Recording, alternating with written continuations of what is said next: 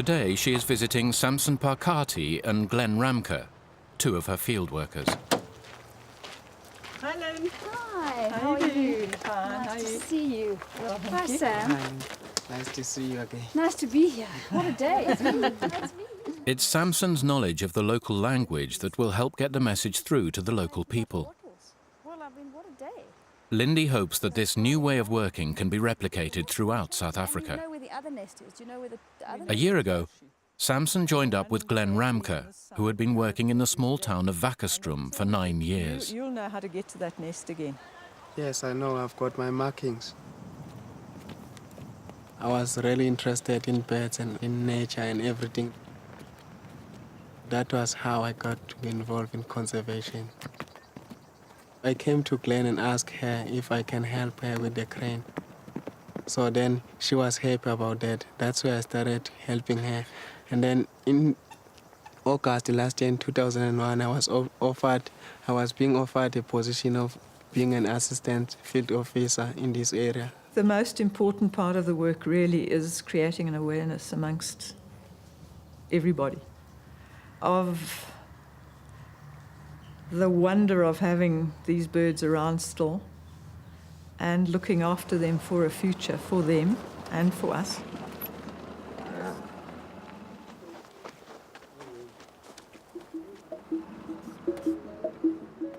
Having Samson on board means the team can penetrate the very heart of South African farm workers who live in small settlements called kraals.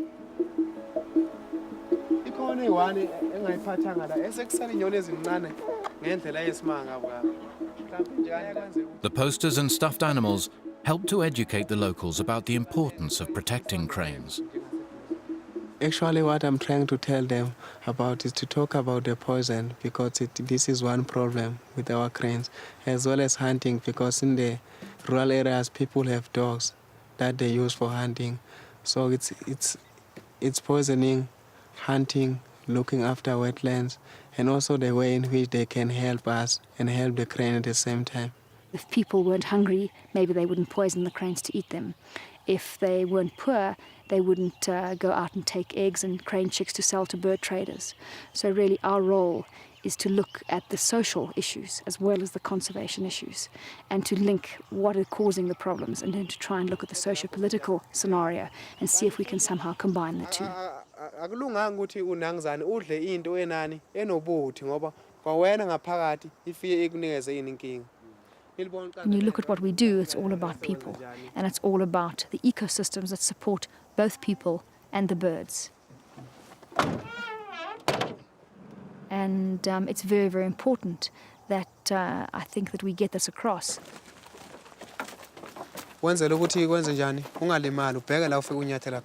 Lindy and her team know that they must inspire the next generation as well, so that the future of the wetlands and the cranes will be ensured. When we go to the wetland, we look at different things, because what happened, those kids have been teaching them about the importance of wetlands and their functions. So it is very nice for them to see that thing practically. Education is important, but Lindy also has to tackle the problem of the declining crane population now. We have 250 wattle cranes left in the wild. So we're in a fairly dire situation here. Some preliminary research has shown that our wattle crane might be genetically distinct from the other wattle cranes in southern Africa. So here in South Africa, we've initiated a captive breeding program. The South African Crane Working Group has set up breeding programs at bird centres around South Africa. Cranes lay 2 eggs, but only rear 1. After the first egg is hatched, the second egg is abandoned. Incredibly, field workers can tell whether the second egg is alive by talking to the egg.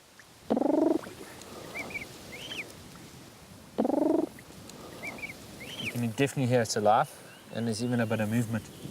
So we shouldn't really measure at the moment. If they get a reply, they take the second egg to the centre when the first egg has hatched. Using your feet off. Now, the interesting thing about cranes is that they imprint. And what that means is that they imprint on the species that raises them. So if they're raised by a person, they think they're a person. If they're raised by a chicken, they think that they're a chicken. And that isn't a problem for their actual rearing, but it does become a problem when they become sexually mature and they start looking for an appropriate mate. And if they were hand-raised, they will then look to people as a suitable mate choice. And that means you're rearing birds that will never really breed.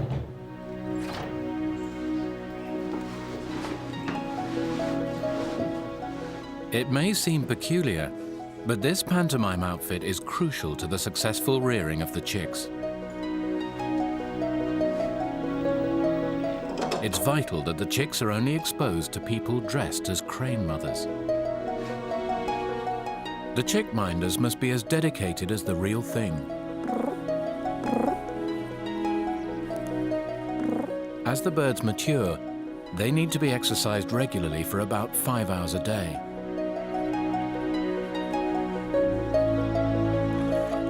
It takes 3 years of nurturing before these cranes can be released back into the wild.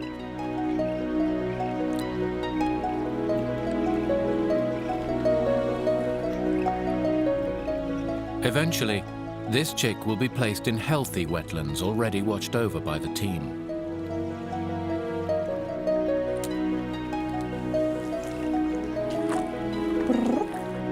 At the moment, only 5 birds a year are released. But if the campaign to regain healthy wetlands is successful, these will provide the perfect habitation for the cranes long into the future. Cranes have no regard for borders and boundaries. Conservation of these birds means expanding out into the rest of southern Africa. At the end of 2000, Lindy gave up the day-to-day running of the South African Crane Working Group, devoting herself to building an ambitious cross-border crane conservation project. Hello, Lindy speaking. Hi Ben, how are you? Yes, no, we're all set up. They don't know that they're moving from Botswana to Namibia to Mozambique. And really that's what we're trying to create, is a group of people, a network of conservationists who are working as a team in southern Africa to protect wattle cranes and the wetlands that they live in.